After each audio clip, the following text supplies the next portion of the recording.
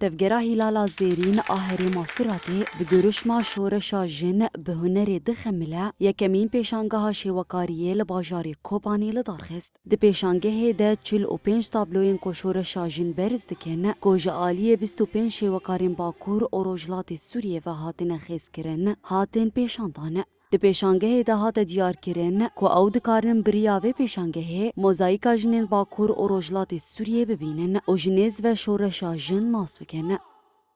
شخافا پیشنگا هم سری دا ریبر آبو پیروز دکن توایی شروان موزی شهر دا املوان پیروز دکن امل به حواله می کشهید کتی امل مالبات اون پیروز دکن قصای کذب اون دا امیرو و پیشنگا خوا لدات خینه شخاب آرمانجا و پیشنگه هجی که چاوا جنه کانو بو جواکا خزایی دا که خبره و ببه که حیا کلی نهاد چه برخدان دا جی خاگرد چه عالی لشکری دا جی خاگرد چه عالی سیاسی دا و اداری دا جی خاگرد مجد خواست دا عالی ریشه اون دا که کانه بن و پیشنگه هل دار خینن به شجنا کو جواکا خزایی و حیا کلی ناد برخدان دا که دره دا جی خاگرد مجد خواست و بکن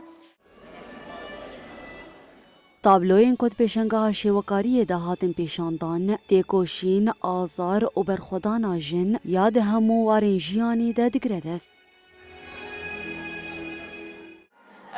جخوا هیرو از بده تابلویان باشدار اومد دوا پیشنگه هدا یک جی و تابلوی لدومنه یک جی و خازای استیدا باشدار بومم یعنی تابلوی ما بگشتی دوا پیشنگه هدا گریدای رولا جنه آزادی جنه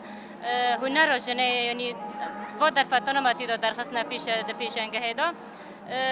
پیشنگه که به وی رنگی مجال که پر مزن ده هر هنرمند کی هر شیوکار کی کوهین هنری هندری خواهد درخی پیش چه دا عالی مثلا آزادی دا د داویا پیشانگه ده هنرمند سلاوا بوزو و کارین سترانین گلیری پیشکش کرن هجایی برخستن یکو پیشانگاه شیوکاریه بریان حال باجاری من بج طبقه و رقای جی هاتبول دارخستن